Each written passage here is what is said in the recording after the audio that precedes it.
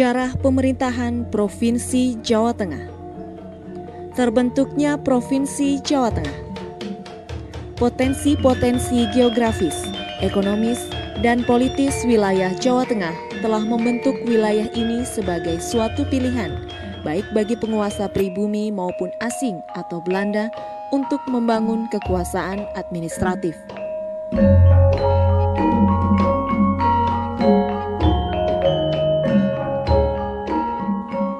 Kekuasaan politik tertua di Jawa Tengah adalah Kerajaan Mataram kuno yang ditandai dengan prasasti Canggal 732 Masehi oleh Sanjaya sampai dengan abad 10. Wilayah Kerajaan Mataram kuno ini kira-kira meliputi bekas Karesidenan Kedu, Semarang, Surakarta, Pekalongan, dan daerah istimewa Yogyakarta. Kekuasaan politik di Jawa Tengah kembali hadir pada akhir abad 15 dengan berdirinya Kerajaan Islam Demak yang dilanjutkan oleh Kerajaan Pajang hingga Kerajaan Mataram Islam sejak 1575 hingga tahun 1755 ketika terjadi pembagian kerajaan menjadi Kasunanan Surakarta dan Kasunanan Yogyakarta. Wilayah kerajaan-kerajaan Islam ini tidak hanya mencakup daerah-daerah di Jawa Tengah, tetapi juga meliputi Jawa Timur, Jawa Barat, dan daerah-daerah di luar Jawa. Pada masa VOC maupun kolonial Hindia Belanda, Jawa Tengah secara berangsur-angsur dikuasainya sampai abad 20. Provinsi Jawa Tengah kemudian dibentuk berdasarkan Stadsblad 1929 nomor 227 dan dinyatakan mulai berlaku pada tanggal 1 Januari 1930. Pada masa pendudukan Jepang tahun 1942 sampai dengan 1945, nama Hindia Belanda diubah menjadi Indonesia. Pulau Jawa diperintah oleh Pemerintah Militer Angkatan Darat atau Tentara ke-16. Pemerintahan provinsi dihapuskan, struktur pemerintahan menjadi sentralistik. Pemerintah pusat Jawa dan Madura dipimpin oleh Gunseikan atau Kepala Pemerintahan Militer. Setelah proklamasi kemerdekaan 1945, dalam Undang-Undang Dasar Pasal 18, ditetapkan dibentuk daerah-daerah provinsi sebanyak 8 buah, diantaranya adalah Provinsi Jawa Tengah yang luas wilayahnya sama dengan Provinsi Midden Java pada masa kolonial, sesuai dengan hasil rapat 19 Agustus 1945. Dalam perkembangannya, secara yuridis formal pembentukan Provinsi Jawa Tengah didasarkan pada Undang-Undang Nomor 10 Tahun 1950 yang ditetapkan pada tanggal 4 Juli 1950. Undang-undang tersebut kemudian ditindaklanjuti dengan Peraturan Pemerintah Nomor 31 Tahun 1950 yang antara lain berisi tentang penetapan mulai berlakunya Undang-Undang Nomor 10 Tahun 1950 dari hal pembentukan Provinsi Jawa Tengah, di mana Pasal 2 menegaskan mulai berlakunya, yaitu tanggal 15 Agustus 1950.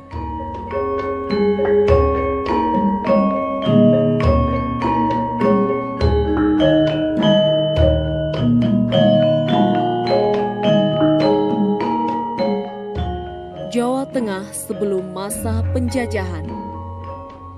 Prasasti Canggal di Kecamatan Salam, Kabupaten Magelang ini dikeluarkan oleh Raja Sanjaya pada tanggal 6 Oktober 732 Masehi, adalah sumber tertua yang menyebut Pulau Jawa dengan kata Yawa, sekaligus menginformasikan keberadaan Jawa Tengah pada zaman kuno dalam arti sebagai sebuah daerah kerajaan.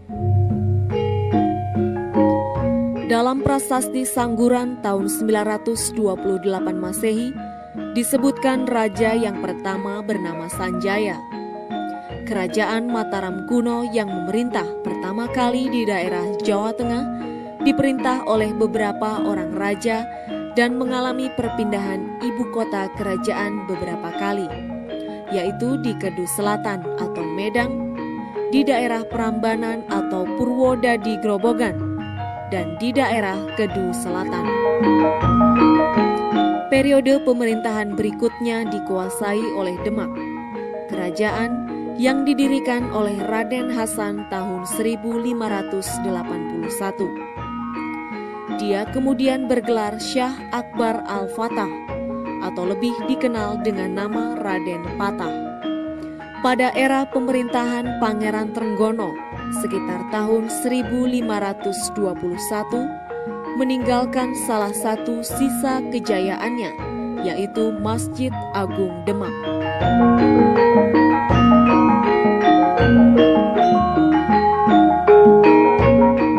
Pusat kekuasaan di Pulau Jawa sempat beralih ke Kerajaan Pajang.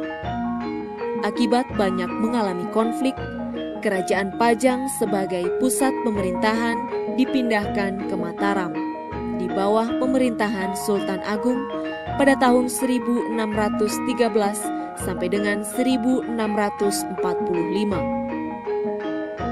Pada masa pemerintahan Paku Buwono II tahun 1726 sampai dengan 1749, Kerajaan Mataram di Kartosuro mempunyai wilayah Monco Negoro Kilen yang meliputi daerah Banjar, Banyumas dan Pasir atau Purwokerto, Ngayah, Lebak-Siu, Balapulang, Bobotsari, dan Kartanegara.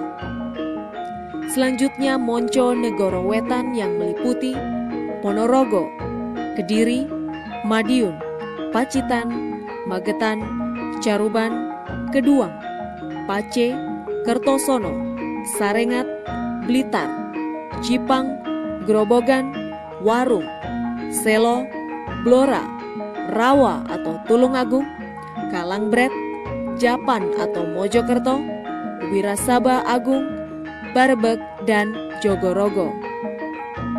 Wilayah Pasisiran. Wilayah ini juga dibagi menjadi dua bagian, yaitu mulai dari Demak ke barat yang disebut Pasisiran Kilen atau Barat, sedangkan dari Jepara ke timur disebut Pasisiran Wetan atau Timur.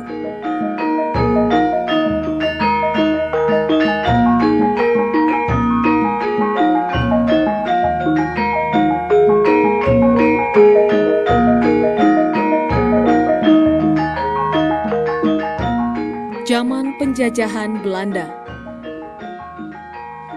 Terbentuknya Provinsi Jawa Tengah tidak dapat terlepas dari potensi strategis wilayah ini, baik secara geografis dan ekonomis maupun politis.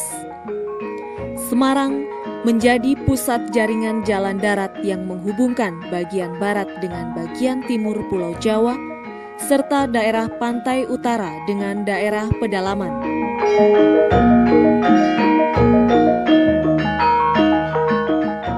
Jawa Tengah juga menjadi pusat jaringan jalan kereta api yang dibangun sejak tahun 1867.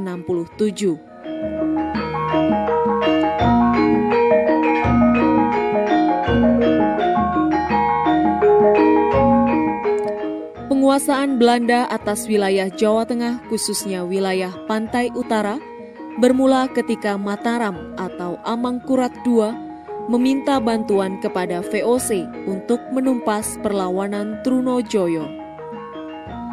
Untuk kepentingan itu, diselenggarakan perjanjian antara VOC dan Mataram pada bulan Oktober 1677 yang disusul dengan perjanjian pada bulan Januari 1678. Dalam perjanjian pada tanggal 15 Januari 1678, kedua pihak menyetujui bahwa VOC memperoleh hak untuk menguasai pendapatan dari pelabuhan-pelabuhan di Jawa, memegang monopoli pembelian beras dan gula, monopoli atas impor tekstil dan opium, memperoleh pembebasan pajak, menguasai wilayah Priangan dan juga wilayah Semarang. Sebelum tahun 1900, di wilayah Jawa Tengah terdapat 5 Khoesten atau karesidenan, yaitu Semarang Khoes meliputi Kabupaten Semarang, Kendal, Demak, Kudus, Pati, Jepara, dan Grobogan. Yang kedua, Rembang Khoes meliputi Rembang, Blora, Tuban, dan Bojonegoro. Ketiga, Kedu Khoes meliputi Kabupaten Magelang, Temanggung, Wonosobo, Purworejo, Kutoarjo, Kebumen, dan Karanganyar. Keempat, Banyumas Khoes meliputi Kabupaten Banyumas, Purwokerto, Cilacap, Banjarnegara, dan Purbalingga. Yang kelima, Pekalongan Khoes meliputi Kabupaten Brebes, Tegal, Pemalang, Pekalongan, dan Batang. Pembentukan Provinsi Jawa Tengah diundangkan dalam Instelling van de Provincie Midden Java dalam Stadsblad 1929 nomor 227. Undang-undang ini terdiri atas 26 pasal. Dalam pasal 1 ordonansi ini dinyatakan bahwa wilayah Jawa Tengah adalah sebuah provinsi. Dan dalam pasal 2 dinyatakan bahwa kedudukan pemerintahan Provinsi Jawa Tengah berada di Semarang. Undang-undang ini berlaku mulai sejak 1 Januari 1930. Gubernur Provinsi Jawa Tengah yang pertama, P.J. van Gulik, diangkat oleh Gubernur Jenderal atas dasar Gouvernement Besluit atau keputusan pemerintah, tanggal 18 Desember 1929.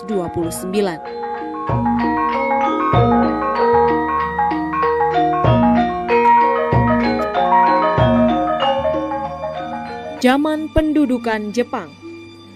Pada tanggal 1 Maret 1942, bala tentara Jepang mendarat di 3 tempat di Pulau Jawa, yaitu Banten, Rembang, dan Tuban. Pada tanggal 5 Maret 1942, Jakarta jatuh, dan pada tanggal 8 Maret 1942, tentara Belanda menyerah tanpa syarat.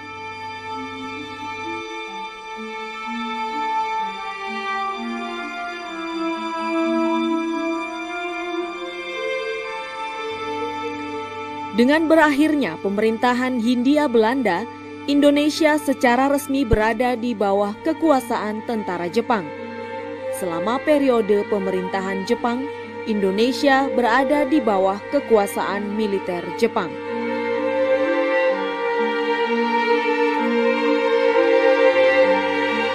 Pada masa pendudukan Jepang tahun 1942 sampai dengan 1945, nama Hindia Belanda diganti dengan nama Indonesia.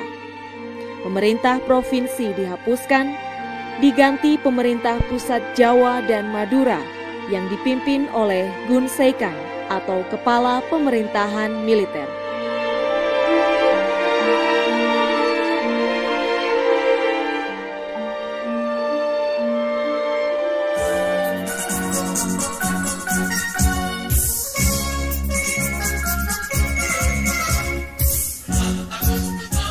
Zaman kemerdekaan. Kelahiran Provinsi Jawa Tengah sebagai bagian dari wilayah Negara Kesatuan Republik Indonesia sangat terkait dengan proses sejarah tersebut. Hal ini dapat diketahui antara lain dari pasal 18 bab 6 Undang-Undang Dasar 1945. Pasal ini mengatur pembagian wilayah Negara Kesatuan Republik Indonesia menjadi daerah besar dan daerah kecil dengan pemerintah daerah yang mengurus rumah tangga sendiri.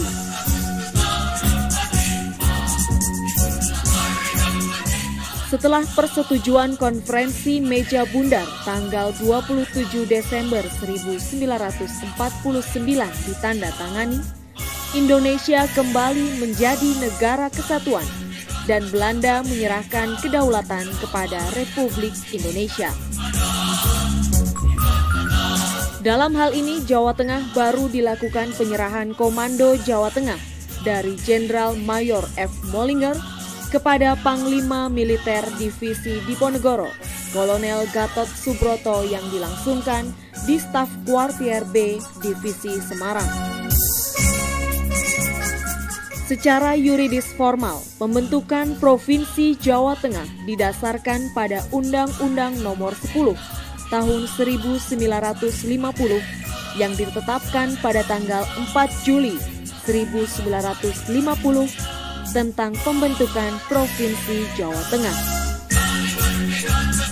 Dalam undang-undang itu diputuskan tentang dua hal, yaitu menghapuskan pemerintah daerah Karesidenan Semarang, Pati, Pekalongan, Banyumas, Kedu, dan Surakarta, serta membubarkan Dewan Perwakilan Rakyat Daerah Karesidenan-Karesidenan tersebut dan menetapkan pembentukan Provinsi Jawa Tengah. Pada bab 1 tentang ketentuan umum, pasal 1 dinyatakan bahwa daerah yang meliputi daerah Karesidenan Semarang, Pati, Pekalongan, Banyumas, Kedu, dan Surakarta ditetapkan menjadi Provinsi Jawa Tengah. Dan pada pasal 2 dinyatakan bahwa pemerintah daerah Provinsi Jawa Tengah berkedudukan di Kota Semarang. Kemudian pada bab 2 tentang urusan rumah tangga Provinsi Jawa Tengah, pasal 4 dinyatakan bahwa urusan rumah tangga dan kewajiban-kewajiban lain sebagaimana termaksud dalam pasal 23 dan 24 Undang-Undang 1948 Nomor 22 tentang pemerintahan daerah bagi Provinsi Jawa Tengah.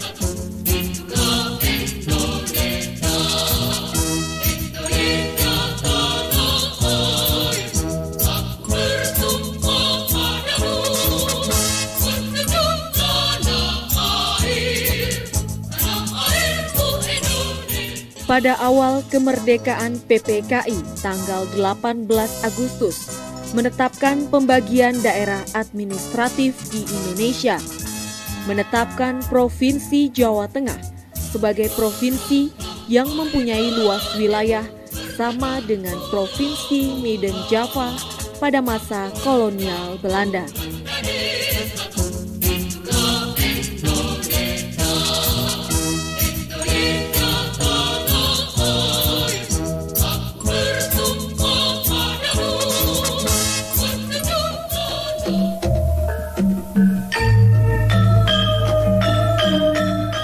Masa kepemimpinan Gubernur Raden Panji Suroso. Setelah kemerdekaan Republik Indonesia 17 Agustus 1945, pada bulan September 1945, pemerintah pusat Republik Indonesia mengangkat Raden Panji Suroso sebagai Gubernur Jawa Tengah merangkap Residen Kedu. Masa jabatan Gubernur Raden Panji Suroso hanya sampai tanggal 12 Oktober 1945. Meski singkat, peristiwa yang terjadi sangat monumental, seperti pengibaran merah putih, pernyataan beberapa karesidenan sebagai bagian dari pemerintah Republik Indonesia, kecuali Karesidenan Surakarta. Pelucutan senjata Jepang dengan melakukan perundingan dengan Jenderal Nakamura sebagai komandan tertinggi pasukan Jepang di Jawa Tengah.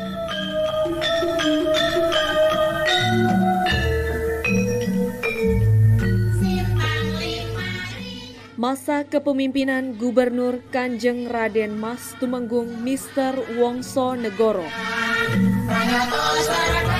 Pada tanggal 12 Oktober 1945, jabatan Gubernur Jawa Tengah diserah terimakan dari Raden Panji Suroso kepada Kanjeng Raden Mas Tumenggung Mr. Wongsonegoro yang sebelumnya menjabat sebagai Residen Semarang. Selanjutnya Mr. Wongsonegoro diangkat sebagai Komisaris Tertinggi Pemerintah Republik Indonesia untuk daerah-daerah Swapraja dan Yogyakarta. Masa pemerintahan Gubernur Mr. Wongsonegoro berlangsung antara 13 Oktober 1945 sampai dengan 4 Agustus 1949. Masa pemerintahannya diwarnai perjuangan revolusi fisik, pertempuran 5 hari, konfrontasi dengan sekutu, dan menghadapi agresi Belanda 1 dan 2. Pada masa pemerintahan Gubernur Mr. Wongsonegoro, membentuk pemerintahan Jawa Tengah sementara di pengungsian Purwodadi. Kemudian pada awal Januari 1946, atas saran Jenderal Sudirman, pemerintah dipindahkan ke Magelang. Pada masa pemerintahan Gubernur Mr. Wongsonegoro, juga diselenggarakan Kongres Kebudayaan di Borobudur, Juni 1948. Simpang Lima Ria, Babangan Pancasila, Semarang Kumandang, Pranoto serta Guna. Masa kepemimpinan Gubernur Raden Budiono. Perjuangan Raden Budiono dalam mengkonsolidasikan penyelenggaraan pemerintahan di Provinsi Jawa Tengah dan perkembangan politik di negara Republik Indonesia menunjukkan hasil yang ditandai dengan berkembangnya suara-suara rakyat yang semakin keras dari daerah Recomba, Jawa Tengah, yang menuntut untuk segera menggabungkan daerah Recomba, Jawa Tengah ke dalam lingkungan Provinsi Jawa Tengah, Republik Indonesia.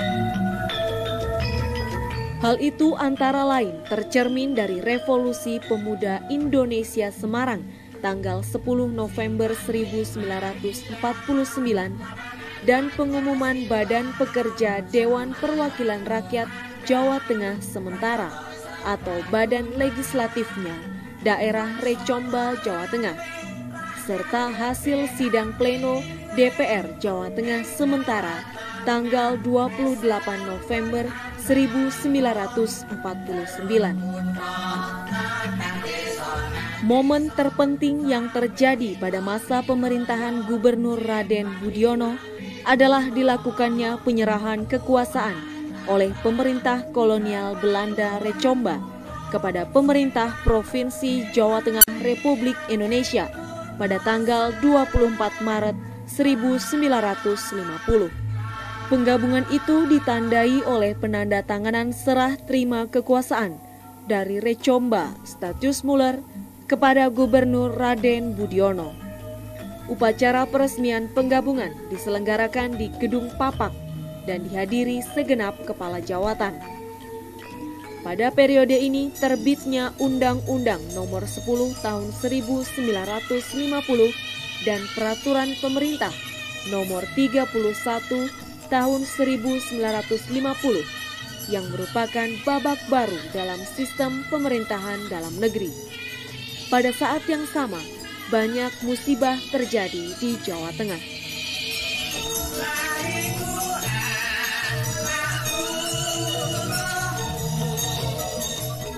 Masa kepemimpinan Gubernur Raden Mas Tumenggung Pangeran Mangunegoro. Raden Mas Tumenggung Pangeran Mangunegoro resmi dilantik menjadi Gubernur Provinsi Jawa Tengah pada tanggal 8 Juli 1954. 4 bulan setelah beliau memegang tampuk pemerintahan, diuji dengan terbakarnya Gedung Papak pada November 1954. Gedung tersebut merupakan pusat kegiatan pemerintahan Provinsi Jawa Tengah. Dengan segala kemampuan, di bawah kepemimpinannya, beliau mampu membangun kembali gedung pemerintahan Provinsi Jawa Tengah. Pembangunan ekonomi diprioritaskan pada beberapa bidang, antara lain pariwisata, ketenagakerjaan, dan pemenuhan kebutuhan pokok rakyat. Salah satu terobosan dalam pembangunan ekonomi antara lain menyelenggarakan Pekan Raya Nasional yang pertama, yang pembukaannya pada tanggal 15 Agustus 1955 di Tegalwareng, sekarang Taman Budaya Raden Saleh, Semarang. Ia juga mengembangkan ide-ide atau konsep-konsep cemerlang dalam bidang sosial budaya, antara lain asimilasi antar etnis, toleransi, keseimbangan antara idealisme dan realitas, peningkatan kesadaran sejarah, dan perlunya mawas diri.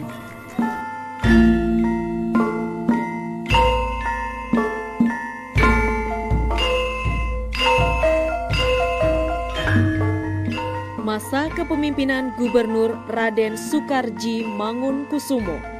Raden Soekarji Mangunkusumo memimpin Provinsi Jawa Tengah pada periode 1958 sampai dengan 1960.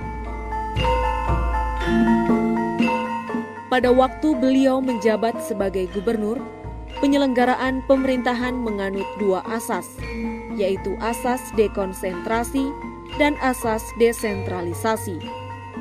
Pemberlakuan dua asas ini merupakan konsekuensi dari diberlakukannya Undang-Undang Nomor 1 Tahun 1957 tentang pokok-pokok pemerintahan daerah. Jabatan Gubernur Kepala Daerah Swatantra tingkat 1 terdiri dari dua tugas sekaligus. Tugas pertama adalah sebagai pejabat pemerintah pusat, dengan tugasnya menjalankan fungsi pemerintahan pusat yang tidak atau belum diserahkan kepada daerah swatantra, dan sebagai kepala daerah, yaitu pejabat yang dipilih oleh rakyat melalui wakilnya dengan cakupan tugas terkait dengan kewenangan otonomi. Gubernur Raden Soekarji Mangunkusumo menggalakkan pembangunan lumbung-lumbung pangan dan koperasi di tingkat desa. Dalam penyelenggaraan pemerintahan, masalah yang menonjol adalah kualitas aparat pamong praja dan munculnya gejolak politik yang mengancam integritas dan loyalitas jajaran pamong praja.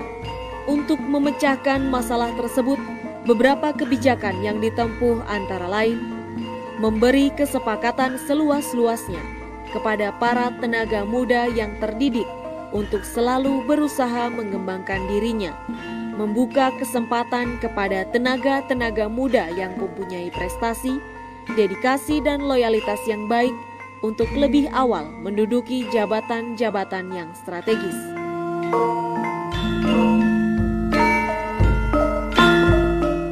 Memberi perhatian yang serius terhadap penempatan tenaga-tenaga wanita, dan mengadakan kursus Dinas C di Semarang bagi tenaga muda yang berpendidikan minimal lulus SLTA. Pendidikan kursus ini merupakan embrio dari pembentukan Akademi Pemerintahan Dalam Negeri atau APDN di Semarang.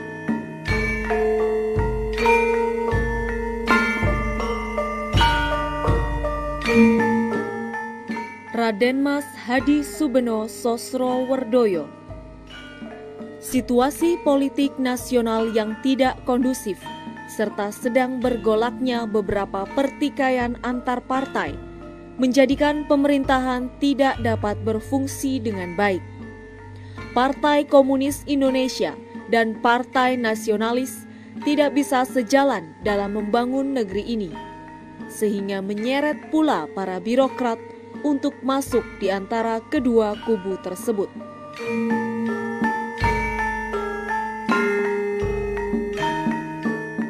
Tidak banyak yang dapat dicatat sebagai prestasi semasa Gubernur Hadi Subeno.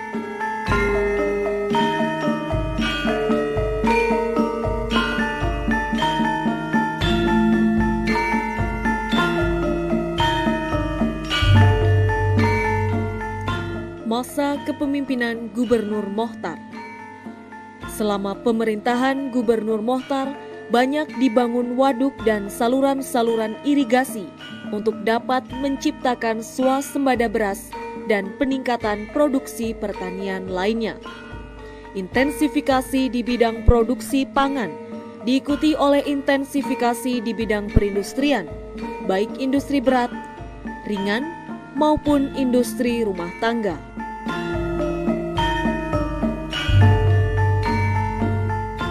Kondisi pendidikan penduduk pada masa itu masih buruk. Banyak penduduk Jawa Tengah yang buta huruf.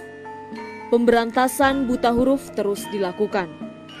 Gubernur mencanangkan bahwa tahun 1962 Jawa Tengah harus bebas dari buta huruf. Untuk meningkatkan pendidikan penduduk telah dibangun universitas di tiap karesidenan. Pada masa pemerintahan Gubernur Mochtar, diresmikan berdirinya IKIP Semarang pada tanggal 15 Mei 1965 dan Universitas Diponegoro.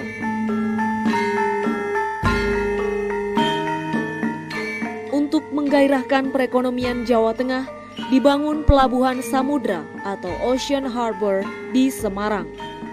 Kegiatan pembangunan pelabuhan samudra dimulai pada tanggal 20 Juli 1963. Selain itu, juga diupayakan ekspor alkohol dan spiritus dari Jawa Tengah untuk meningkatkan devisa negara. Periode ini merupakan masa sulit mengingat terjadi pemberontakan G30S PKI.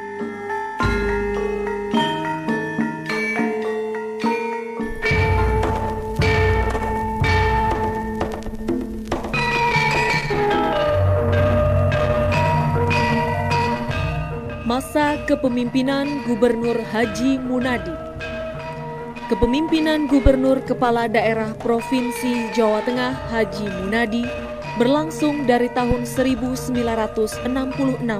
sampai dengan tahun 1974. Upaya bangkit dari krisis sosial dan ekonomi dilakukan melalui pengembangan program pembangunan pedesaan dan penanggulangan kemiskinan.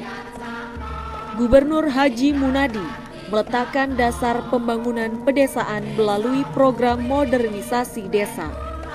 Karena desa merupakan basis pembangunan sosial, politik, dan ekonomi kerakyatan. Program pembangunan dilaksanakan melalui pengembangan usaha pertanian, melalui panca usaha tani, dan bimbingan masyarakat atau intensifikasi masyarakat, BIMAS atau INMAS.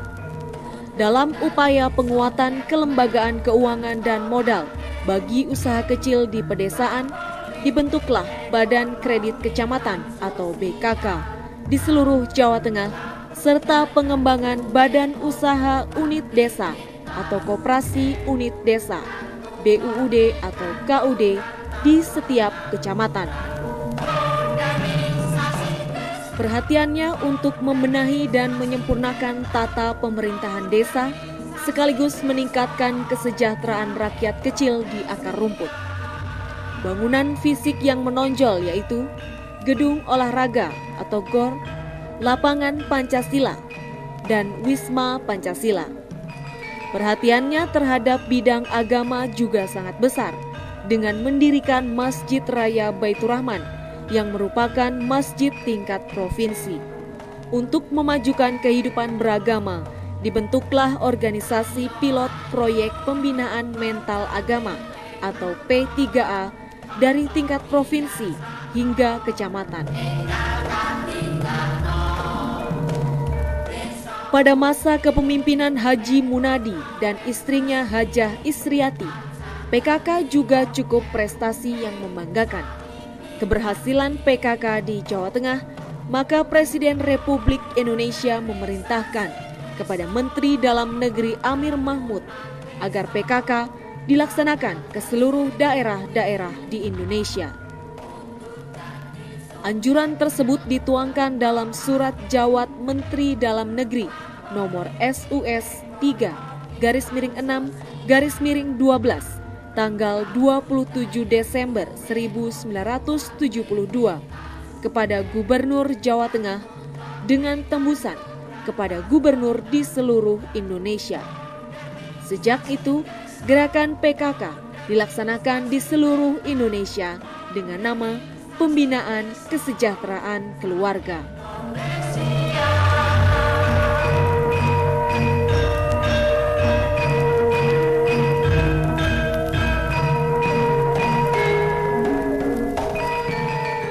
Masa kepemimpinan Gubernur Haji Supardjo Rustam. Pada tanggal 28 Desember 1974, jabatan Gubernur Kepala Daerah tingkat 1 Jawa Tengah diserah terimakan dari Haji Munadi kepada Haji Supardjo Rustam. Berbekal pengalaman sebagai duta besar yang berkuasa penuh di Yugoslavia dan Malaysia, Gubernur Supardjo Rustam memimpin Provinsi Daerah tingkat 1 Jawa Tengah selama 2 periode kepemerintahan, yaitu 1974 sampai dengan 1980 dan 1980 sampai dengan 1983. Kondisi pelayanan umum pemerintahan di tingkat desa atau kelurahan dan kecamatan mulai menunjukkan peningkatan.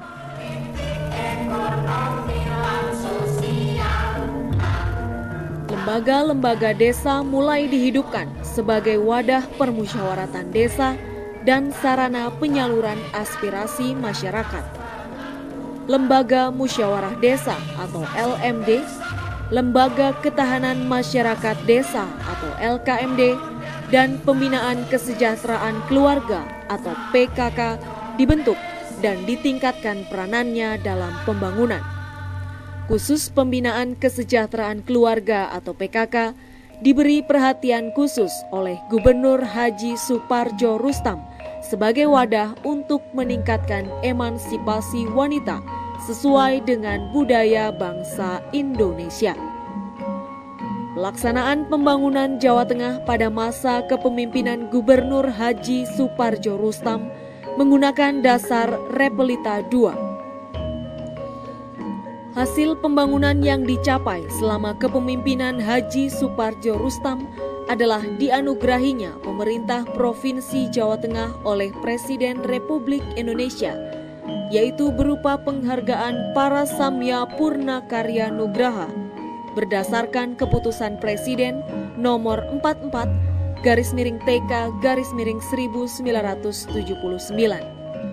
Penghargaan tersebut diberikan atas keberhasilan Jawa Tengah mencapai prestasi tertinggi dalam melaksanakan pembangunan selama pembangunan 5 tahun tahap kedua atau Pelita II. Pada masa pemerintahan Gubernur Haji Supardjo Rustam, kiprah yang spektakuler ialah menjadikan Jawa Tengah menjadi benteng Pancasila dan basis pembangunan. Beberapa pendopo kabupaten atau kantor bupati dibangun demi peningkatan pelayanan masyarakat. IAIN Wali Songo yang semula mondok di Jalan Ki Mangun Sarkoro disediakan tanah di Jalan Ngalian untuk dibeli.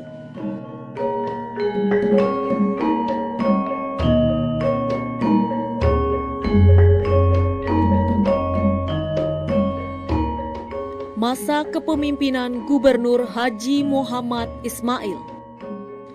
Provinsi Jawa Tengah dipimpin oleh Gubernur Kepala Daerah tingkat 1 Jawa Tengah, Haji Muhammad Ismail, sejak tanggal 28 April 1983 selama 2 periode masa jabatan, yaitu tahun 1983 sampai dengan 1993. Gubernur Kepala Daerah tingkat 1 Jawa Tengah, Haji Muhammad Ismail, memiliki wawasan dan kepribadian Jawa. Di antaranya berupa dicanangkannya strategi wawasan jati diri dalam masyarakat Jawa Tengah. Strategi ini telah dimanifestasikan dalam bentuk pengembangan potensi daerah, seperti industri batik, tenun lurik, dan pengembangan potensi pariwisata, pengembangan budaya dan bahasa Jawa, melalui Kongres Bahasa Jawa 15 Juni 1991, pengembangan arsitektur Jawa berupa bangunan joglo dan sebagainya.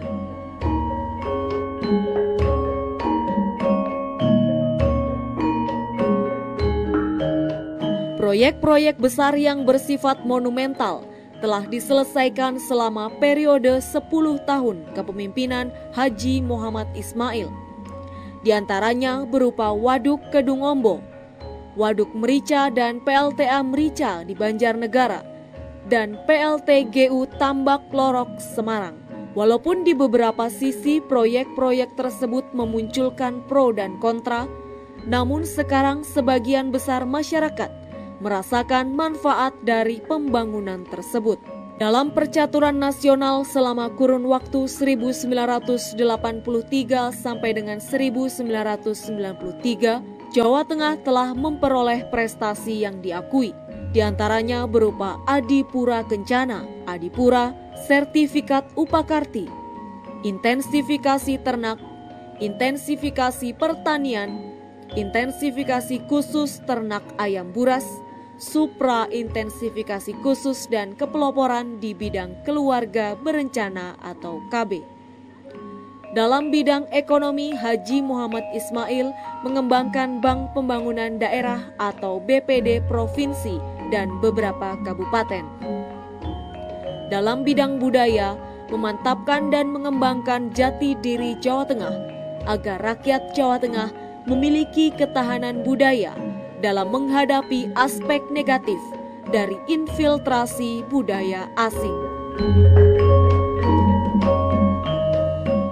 Dalam bidang pembangunan fisik lainnya antara lain adalah Gedung Kantor Gubernur, Gedung DPRD Provinsi Jawa Tengah atau Gedung Berlian, Gedung Olahraga atau GOR Jatidiri, Gedung Majelis Ulama Indonesia atau MUI Provinsi Jawa Tengah, Jateng Mini atau Mairo Koco, Pekan Raya Promosi Pembangunan atau PRPP, pembagian pusat wilayah pembangunan yaitu wilayah Semarang, Kudus, Surakarta, peningkatan Pelabuhan Semarang menjadi Tanjung Mas, peningkatan Bandara Tunggul Wulung Cilacap dan Bandara Dewan Daru Jepara.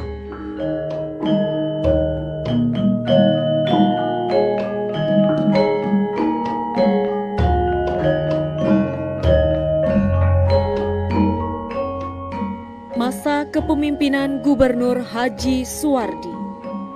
Dari tahun 1993 hingga tahun 1998, Provinsi Jawa Tengah dipimpin oleh Gubernur Kepala Daerah Tingkat 1 Jawa Tengah, Haji Suwardi, seorang figur yang memiliki disiplin tinggi dan mewarisi wawasan kejawaan dari pendahulunya.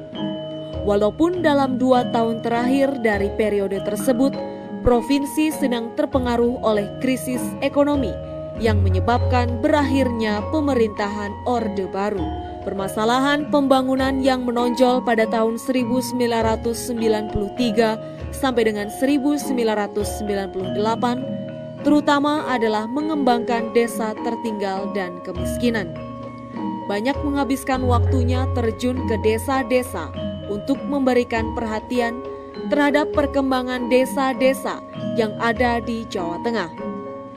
Sayang, upaya-upaya pengembangan desa tertinggal dan pengentasan masyarakat dari kemiskinan yang telah menampakkan hasilnya pada tahun 1997 tersebut hanyut terbawa arus krisis multidimensi, sehingga seolah-olah tanpa bekas. Cukup banyak prestasi-prestasi pembangunan yang dapat dicatat, di antaranya berupa pengembangan Bandara Internasional Adi Sumarmo Surakarta, pembangunan Asrama Haji Donohudan Boyolali, dan pembangunan Wisma Perdamaian. Beberapa peninggalan bangunan fisik yang vital masih menjadi kenangan kita, di antaranya Stasiun TVRI Jawa Tengah, Pramugara Masjid At-Taqwa, Kantor Gubernur Jawa Tengah.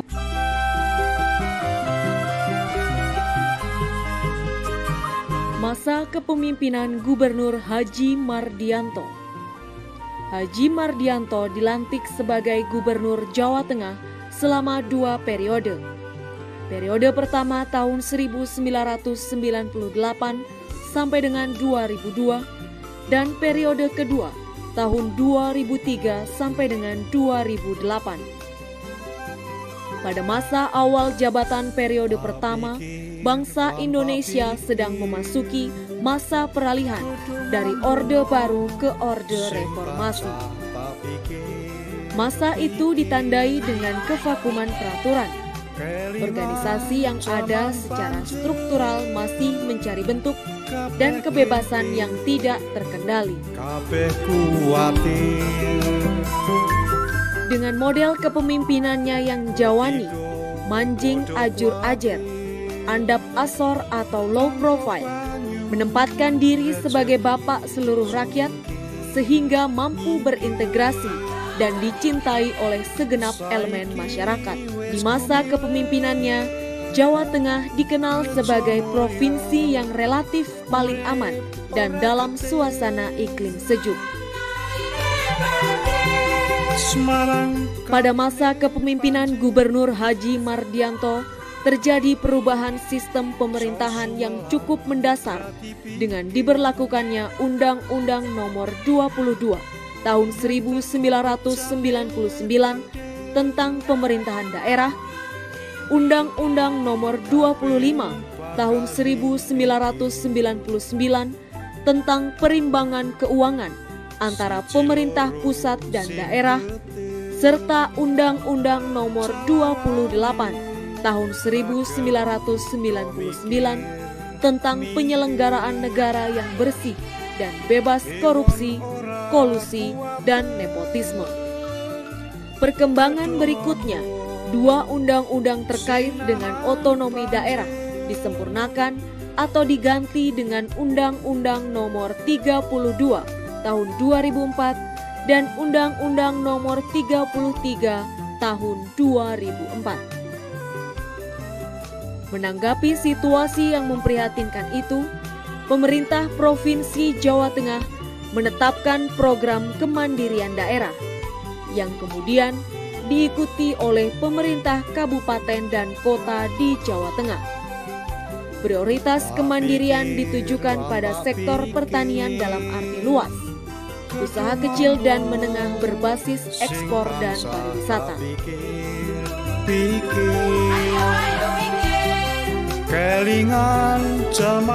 Dalam upaya mencapai obsesi kemandirian tersebut, dilakukan 4 langkah operasional, yaitu membuka keran-keran komunikasi, mendorong terciptanya bottom-up planning, meningkatkan kualitas sumber daya manusia, dan meningkatkan etika serta moral pembangunan yang positif. Pada masa periode kedua, merupakan sejarah pemerintah Provinsi Jawa Tengah, mengingat gubernur dan wakil gubernur dipilih oleh DPRD hasil pemilu langsung oleh rakyat. Prestasi pembangunan yang dicapai adalah Ahmad Yani sebagai bandara internasional,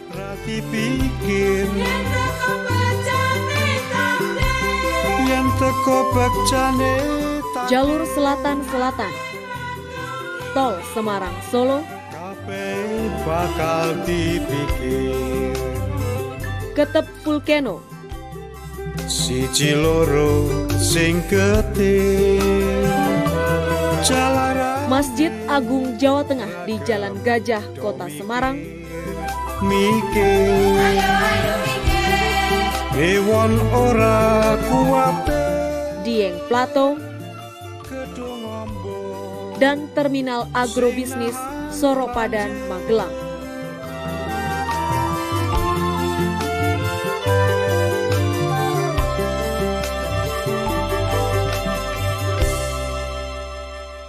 Haji Ali Mufis MPA Di tengah perjalanan, Haji Mardianto dipercaya sebagai Menteri Dalam Negeri, sehingga kepemimpinan Jawa Tengah dilanjutkan oleh Haji Ali Mufis MPA. Kurang lebih selama 1,5 tahun, Gubernur Ali Mufis berhasil melanjutkan program-program yang telah digariskan oleh pendahulunya. Dan prestasi lainnya berhasil melaksanakan pilkada langsung gubernur dengan lancar, tertib, dan aman.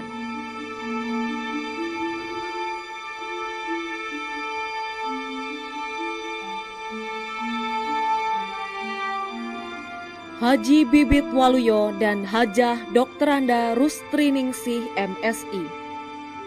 Era baru sistem pemerintahan di Jawa Tengah ditandai gubernur dan wakil yang dipilih langsung oleh rakyat.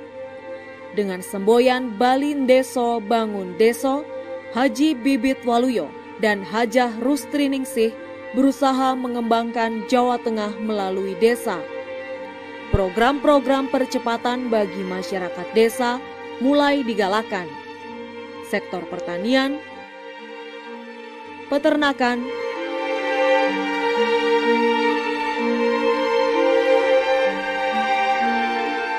perkebunan serta infrastruktur bagi pengembangan perekonomian desa menjadi prioritas utama. Pada era gubernur yang desani ini juga ditandai prestasi dengan dimulainya pembangunan tol Semarang-Solo. Pasangan gubernur ini lebih banyak menghabiskan waktunya di desa-desa dan tidak segan-segan berbaur dengan masyarakat umum. Pembangunan aparatur pemerintah daerah ditujukan pada penataan kelembagaan dan ketata laksanaan, penataan sumber daya aparatur pemerintah, peningkatan sarana dan prasarana pemerintah, dan pengembangan sistem administrasi penyelenggaraan pemerintah dan pembangunan, termasuk di dalamnya program arsip masuk desa. Obsesi dari pasangan gubernur ini adalah berusaha mewujudkan desa mandiri. Desa menyimpan suatu potensi yang sangat luar biasa, berusaha dikembangkan secara benar. Semua potensi dan sumber daya desa diharapkan tergarap dengan baik. Infrastruktur pertanian, perkebunan, peternakan atau perikanan menjadi prioritas pembangunan gubernur era ini. Sehingga diharapkan akan tercapai antar desa saling mengisi sesuai potensinya dalam memenuhi kebutuhannya sendiri.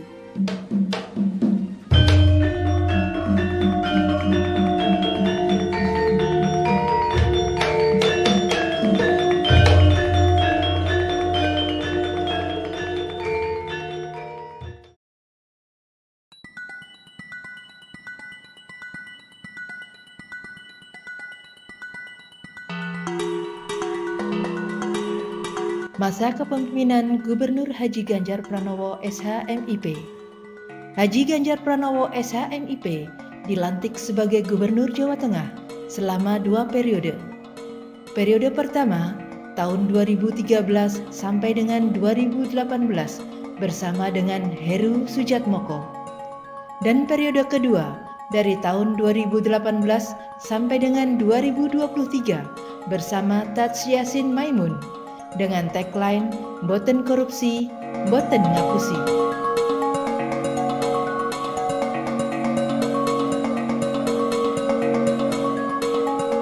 Bidang pendidikan menjadi fokus Gubernur Ganjar Pranowo. Beliau menegaskan bahwa akses pendidikan yang mudah harus tersedia bagi seluruh kalangan masyarakat tanpa terkecuali. Itulah yang menginisiasi didirikannya sekolah asrama gratis SMK Negeri Jawa Tengah. Kurikulum yang dipakai disesuaikan dengan dunia kerja siswa SMK Negeri Jawa Tengah, juga mendapat fasilitas lengkap. Yang berasal dari background keluarga tidak mampu, mudah-mudahan bisa merubah nasib keluarganya. Dan mereka cukup berprestasi, dan tadi Anda lihat luar biasa, hasil tesnya luar biasa, bahkan sudah banyak diterima bekerja, sudah termasuk ke perguruan tinggi. Ya, ini bagian dari... Selain membangun SMK Negeri Jawa Tengah, Gubernur Ganjar juga menggratiskan biaya SPP di tingkat SMA di Jawa Tengah. Dengan upaya ini, memudahkan masyarakat memperoleh akses pendidikan. Dibuktikan dengan peningkatan partisipasi anak sekolah di Provinsi Jawa Tengah.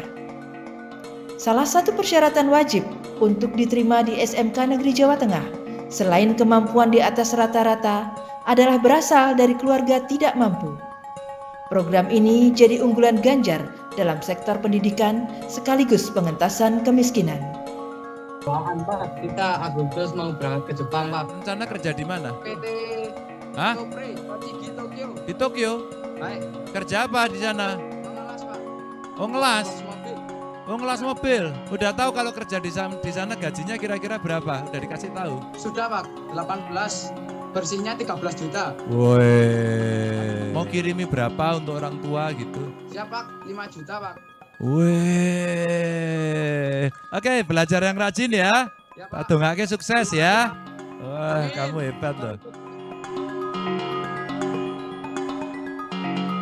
Pada masa kepemimpinannya, Ganjar Pranowo membuat portal pengaduan masyarakat yang dinamakan Laporgub. Laporgub merupakan portal laporan pengaduan online Provinsi Jawa Tengah untuk mewujudkan keinginan pemerintah untuk mengakomodasi aspirasi masyarakat se-Jawa Tengah. Selain itu, Gubernur Ganjar Pranowo juga mengupayakan seluruh instansi pemerintahan di lingkungan Provinsi Jawa Tengah untuk memiliki laman media sosial yang terverifikasi untuk memudahkan pelayanan masyarakat, sehingga pemerintahan Provinsi Jawa Tengah dapat terintegrasi untuk memudahkan masyarakat mengenal dan menggunakan pelayanan yang disediakan oleh pemerintah Provinsi Jawa Tengah. Perkembangan pembangunan pada masa kepemimpinan Ganjar Pranowo dinilai cukup signifikan dengan diluncurkannya aplikasi Jalan Cantik, di mana masyarakat bisa melaporkan situasi kerusakan jalan atau jembatan yang dilihat melalui aplikasi yang tersedia untuk seluruh jalan di wilayah Provinsi Jawa Tengah, dari proses pengerjaan hingga selesai. Aplikasi Jalan Cantik yang telah diluncurkan setahun lalu ini hingga kini sudah menerima hampir 3.000 aduan dengan rincian 1.266 aduan jalan rusak serta sisanya adalah aduan jembatan maupun kerusakan drainase. Aplikasi yang diinisiasi oleh Dinas Pekerjaan Umum dan Bina Marga Cipta Karya ini bertujuan untuk memangkas alur birokrasi agar penanganan kerusakan jalan bisa ditangani selama 1 kali 24 jam. Selanjutnya, Ganjar juga meluncurkan program Jogo Tonggo, di mana program tersebut mengupayakan kolaborasi masyarakat untuk saling menjaga dan gotong royong pada tingkat RT dan RW dalam misi kemanusiaan saat kondisi darurat di tengah pandemi virus COVID-19. Ganjar juga menyelesaikan pemindahan Bandara Ahmad Yani, revitalisasi pasar tradisional, pembangunan tol Semarang Demak, PLTU Batang, dan kawasan industri Kendal